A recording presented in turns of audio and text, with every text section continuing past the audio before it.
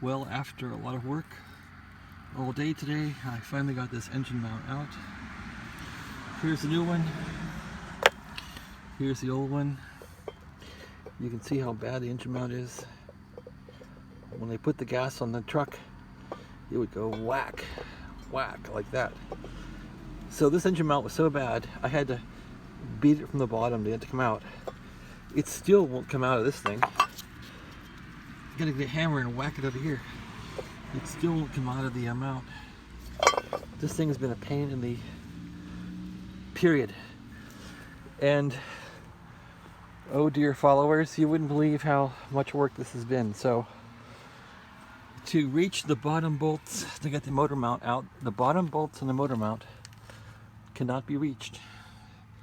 I know that people on YouTube have shown the bolts coming out. I couldn't get them out, so I had to take the axle back out, which I put in a week or two ago.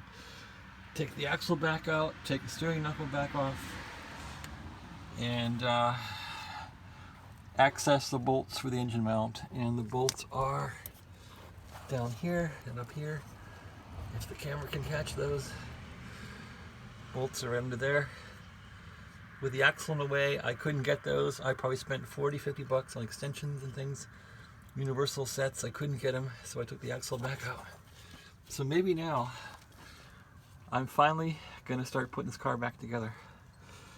After probably 4 or 5 hours of work yesterday, drilling holes and trying to get the mount off. And then 5 hours today, who knows? Put the whole thing back together. This has been a royal pain, period. Anyway, it's probably worthwhile changing the engine mount, but it's so much work. This is probably $1,000 at a shop to change this thing. I don't know. I got no idea. Anyway, I'll take sincere enjoyment out of hitting this thing with a 4-pound hammer, because I really hate this engine mount. Let's see if it'll come out. Here's the engine mount.